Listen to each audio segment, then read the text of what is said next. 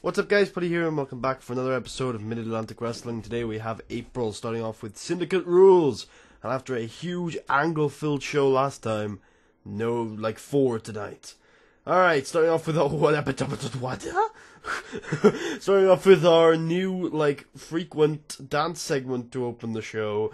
Belle Bryden goes from strength to strength and is now pulling out bees. That's the highest angle ever done in MAW history.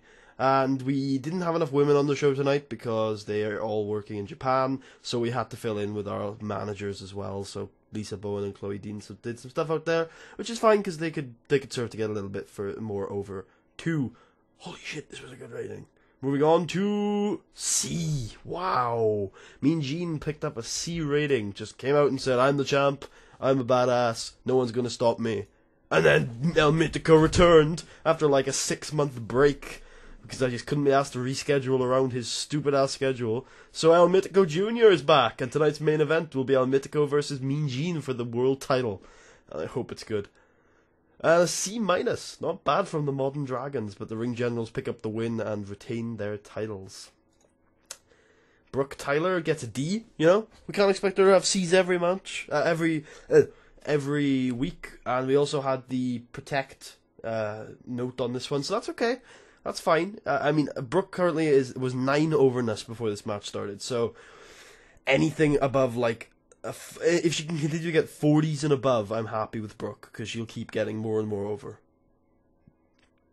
Again, as long as the women are getting higher than 20s, you know, aside from the main event, then I'm absolutely fine with it, because they're going to be improving, especially with Amber, who's, you know, not very good at the moment. And there you go. See, this is the main event for the women, and it's getting C's, because Belle Bryden is amazing.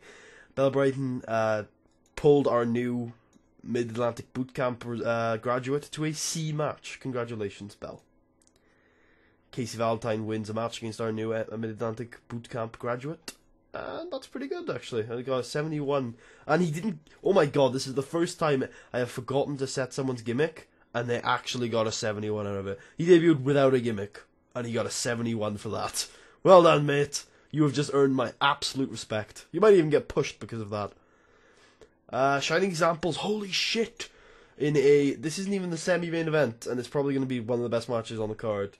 69 C+ from Shining Examples, defeating Deuce Deadline and Ernest Youngman. Well done, Deuce. The other 3 guys in this match are absolutely amazing wrestlers, but you were a guy that I've been trying to push for a while. And that is really good. And you're the only one with minuses, but I don't care. Well done. Congratulations. Why is Deuce not improving? How is Casey Glenn improving in his performance skills in this match? He is by miles the best performer in this match.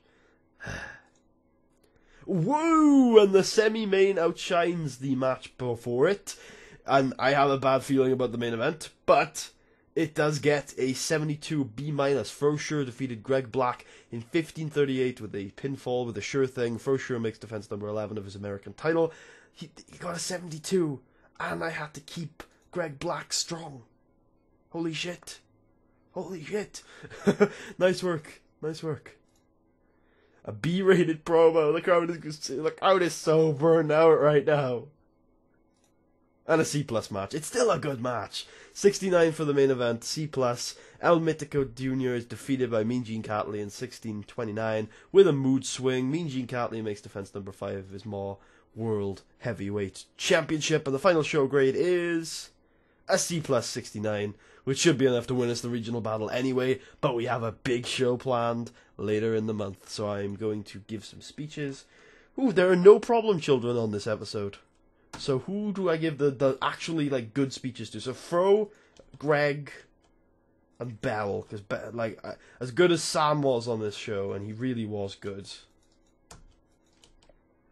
I should give it to Belle because she was even better. I would love it if Sam could work matches. I've even considered getting him out of retirement, but they probably wouldn't be very good matches. Did that improve our popularity? It did. Great. Alright, so I would like to actually take a look before we move on at Mr. Froshure's overness rating, because we're getting close to the point where he is the most... No, not quite yet. We're getting close to the point where he's the most over guy in the history of the company. Cammy, you need to... Oh, actually, that's pretty good. It's Casey, not Cammy. God damn it. How is Kami doing after? He's getting back. He's getting back up there after that huge dip, but he's getting back. And he's made so many stars. Like before we had Kami Vessi, flat out the best in the entire company, and then he dropped, and we've got Fro, who's doing really well now. We've got Casey doing really well now. We've got KC doing really well now. We even got Mean Gene Catley to a C- overness. So we've made so many stars from Casey just taking a step back. Sorry, Cameron taking a step back, and hell, like he's fine. He's doing okay, and it means he's not gonna go anywhere. At least I hope not. I really don't want him to leave. He's happy now, which is really good to see. What's that? I want to check Sam Keith. Where are you, Sam? Sam is pleased. So why do you hate me? My reputation is now very high, but it's not highest. So I was wrong about me being one off of the highest reputation in the game. But now we should be able to get a job anywhere. So hopefully, if we do get sacked by Sam, because that owner goal right there is ridiculous. Ridiculous. I think the rest I can stick to, although I did break that one. I think that one, and probably that one already. That one should be fine. But this is the most, like, I just don't know if I can make 500 grand in 2 years. Maybe. Probably, if we get, like, enough growth. But right now, I'm not sure. Anyway, I will speak to you guys later for Americana. Still same episode. Speak to you guys in a bit. Hello, ladies and gentlemen. My name is Putty, and welcome to Mid-Atlantic Wrestling Americana. Oh, actually, never mind. I just remembered. This is the same episode as last time. So yeah, we're back. What I decided to do for this one is change it up to the centerpiece bridge. I worked it out, and apparently we should be making 48,000 from ticket sales if we can pack 3,000 people in there. And that's, I think, a $16,000 increase from what we would make otherwise, and we're only paying $7,000 more than if we were to go into the Biker Museum. Yeah. So we should theoretically be making money on this switch, but that's only if we get the predicted 3,000 fans. Let's hope. All right, big show. Let's hope it does well. Starts off with a B-. We got it's under 3,000, but it's not too far under. B- is decent. Yeah, that's fine. I know we got a B last time, but a B- is perfectly fine. A C- for this match, and this will be the last time I run this one for a while. I know I've ran this match a lot recently, but yeah, there you go. Ring Generals beat the Modern Dragons. A C+ 69 triple threat. Belle Bryden and the two most over heels that are not named Fuyuko Higa on the women's roster. Nice. Nice, that's all I can say. Ernest Youngman versus Steve Flash gets a hardy 54. Can I just mention quickly that every single title is on the line tonight, as Steve Flash retains his Great Lakes title. Oh, they didn't even click. Nice. A slightly better match as Cameron Vesey defeats Deuce Deadline. Good stuff, Deuce. Good stuff. Keep it up, my brother. A D match as Chance Fortune does. Look at that! Another guy who gets a 71 without a gimmick. I should probably have set a gimmick up for him. Bad chemistry, no gimmick, and they got a 44. Not bad at all. A C+ for Casey Valentine versus El Mitico Jr. A C- for Brooke Tyler. Nice work. She pulled a C- out of Amber Plotcheck. Nice work, Brooke Tyler. She continues to impress me. A D+, this is a bit of a cooldown match. This was the how bad could it get match, as I called it. And Greg Black I just threw in the middle of a bunch of other people.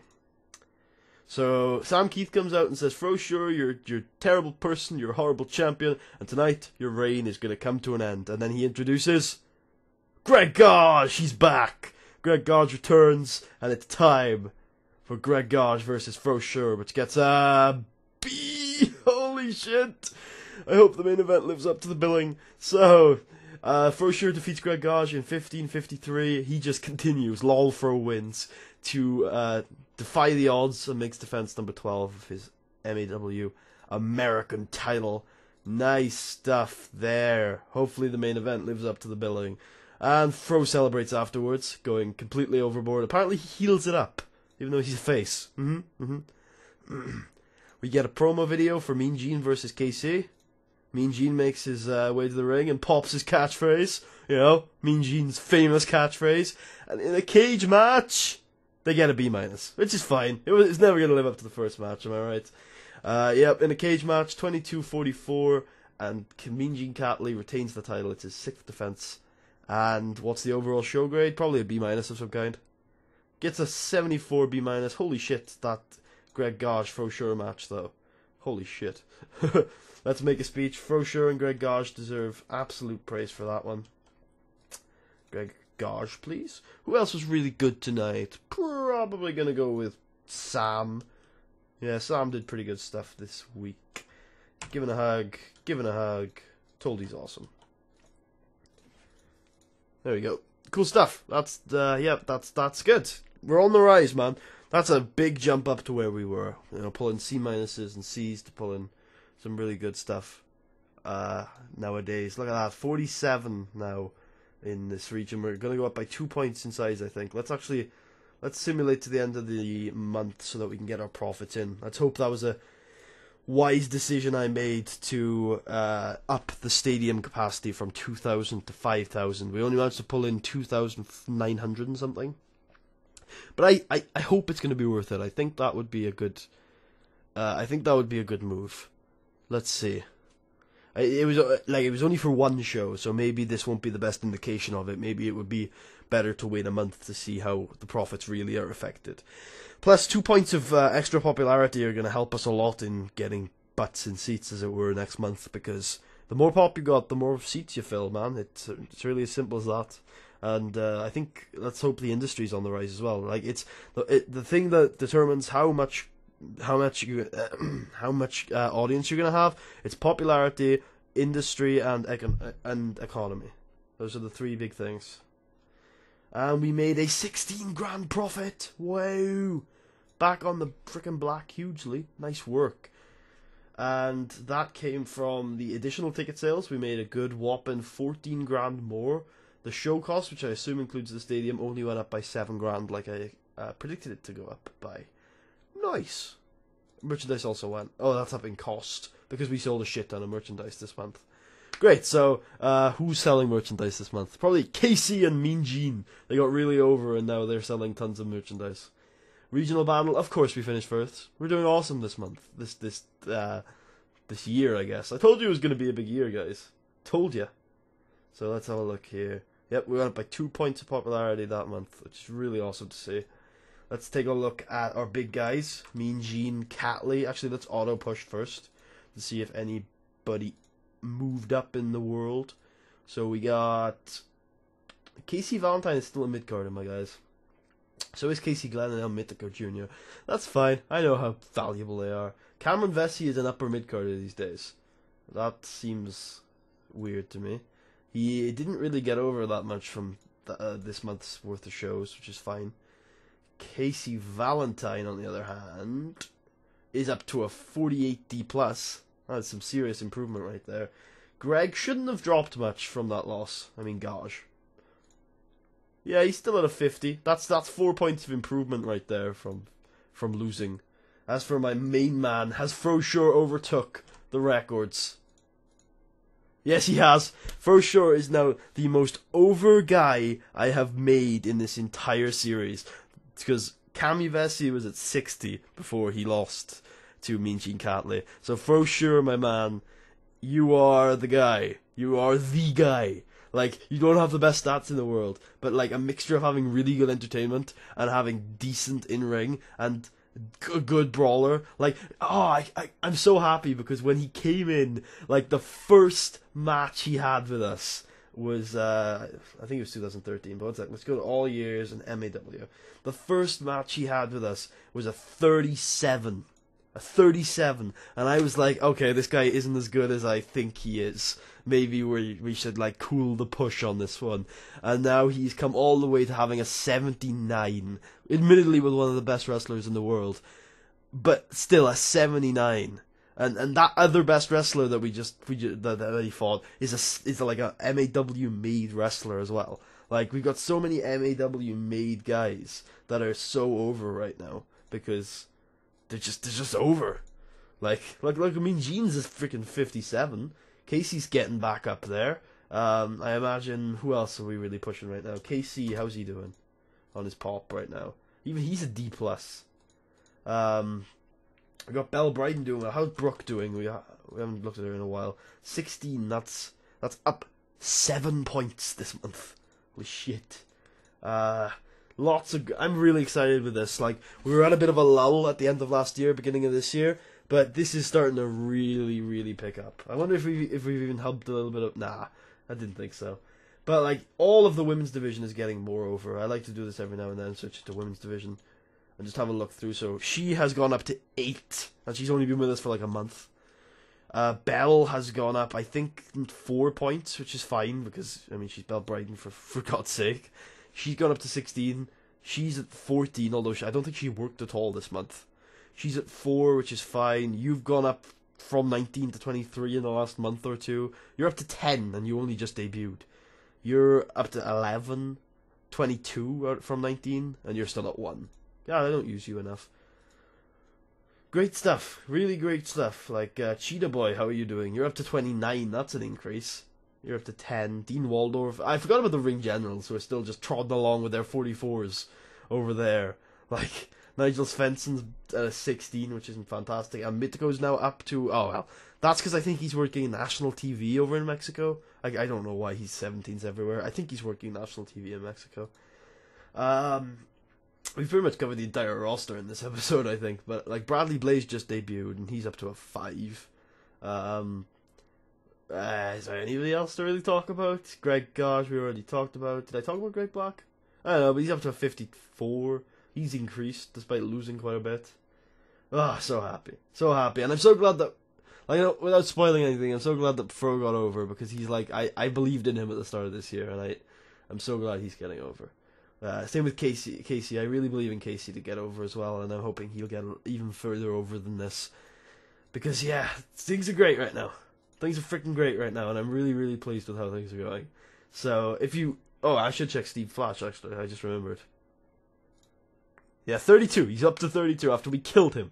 Like, we just destroyed him, like, when he first came to the company, and he's even gone back up now.